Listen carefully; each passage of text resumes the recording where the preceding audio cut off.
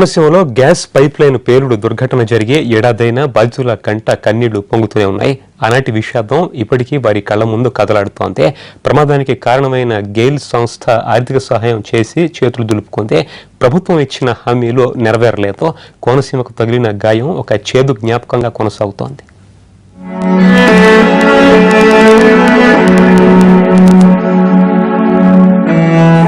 June 27, 2014 అప్పుడప్పుడే తెల్లారుతోంది. అంతలోనే ఏదో అలచడి. నిద్రమత్తులోనే పరుగులు తీశారు. మృత్యువు వారిని వెంటాడింది. మంటల రూపంలో తరుముకొచ్చింది. నిలువున దహించి వేసింది. ఊరి మీద మృత్యు మేఘంలా కమ్ముకున్న గ్యాస్ 22 మందిని పొట్టన పెట్టుకుంది. అప్పటిదాకా కాళ్ల కింద నుంచి వెళ్లిన వాయువే వారి ఆయువు తీసింది. కోనసీమ గుండెల మీద కుంపటిని మరోసారి రాజేసింది.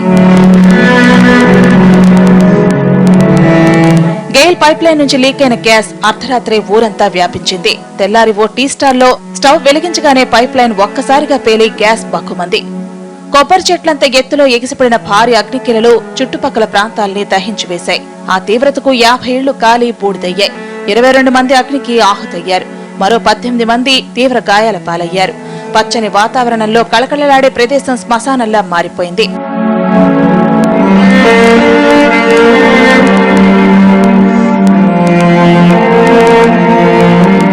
జాతీయ స్థాయిలో ఈ ఘటనపై సానుభూతులు, పరామర్శలు వెల్లువెత్తాయి.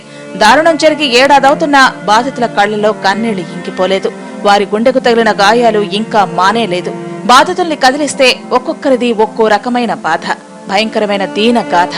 బాలుడైన వారణాసి మోహనకృష్ణకి ఇప్పటికే 3 సార్లు ఆపరేషన్లు జరిగాయి. అయినా గాయాలు నయం కాలేదు. మరోసారి ఎలాస్టిక్ సర్జరీ చేయాల్సి ఉంది. మాకు డబ్బులు అయితే ఇచ్చారు కానీ ఇంకే ఆర్థిక సహాయం చేయలేదండి.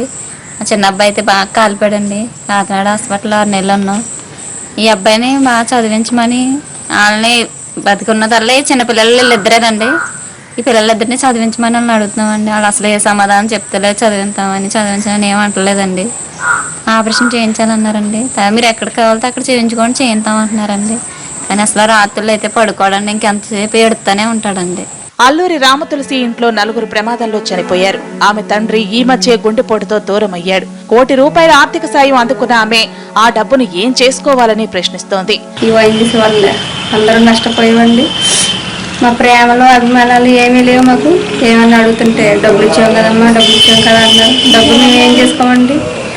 డబ్బు అంతా మేము ఇచ్చేస్తాం. మా అన్నయ్యనే, మా అమ్మని ఏదో ఒక చంటి పిల్లలనైనా తీసుకురావాలండి అడుగుతున్నామండి. మాకేమీ వద్దండి. మాకు ఉద్యోగం ఇస్తామన్నారు, ఇవ్వలేదు. ఇల్లు కట్టిస్తామన్నారు, ఇవ్వలేదు. సంవత్సరం అయింది. అసలు పట్టించుకునే వాళ్ళు ఎవరు లేరండి. ఈ అమ్మాయి ఏంటి అని బాధ ఏంటి అని అడగట్లేదు. సంవత్సరం అయిందంటే ఒకళ్ళు వచ్చి ఏంటి మీ బాధ ఏంటి అమ్మాయి, నీవు కూడా సమస్యలు ఏమి అడగట్లేదండి. అయినా ఒక మంటలో పడి కాలిపోవటం వల్ల కాపాట్ల వారిని కాపాడుతా 5 రోజులు హాస్పిటల్లో ఉండి మరణించారండి. కానీ మాకు ఆయనకి డబ్బులు ఇస్తామన్నారు, ఇచ్చారు. బాబుకి జాబ్ ఇవ్వలేదు. ఇల్లు కట్టిస్తామన్నారు, ఇల్లు ఇవ్వలేదు. పాప పెళ్లి చేయాలండి. మా కుటుంబం కట్టడం కష్టంగా ఉంది. ఇలా చెప్పుకుంటూ పోతే ఒక్కొక్క బాధిత కుటుంబంలో ఒక్కో విషాదం. ఎవరిని కదిపినా తీరని కన్నీటి వ్యథ.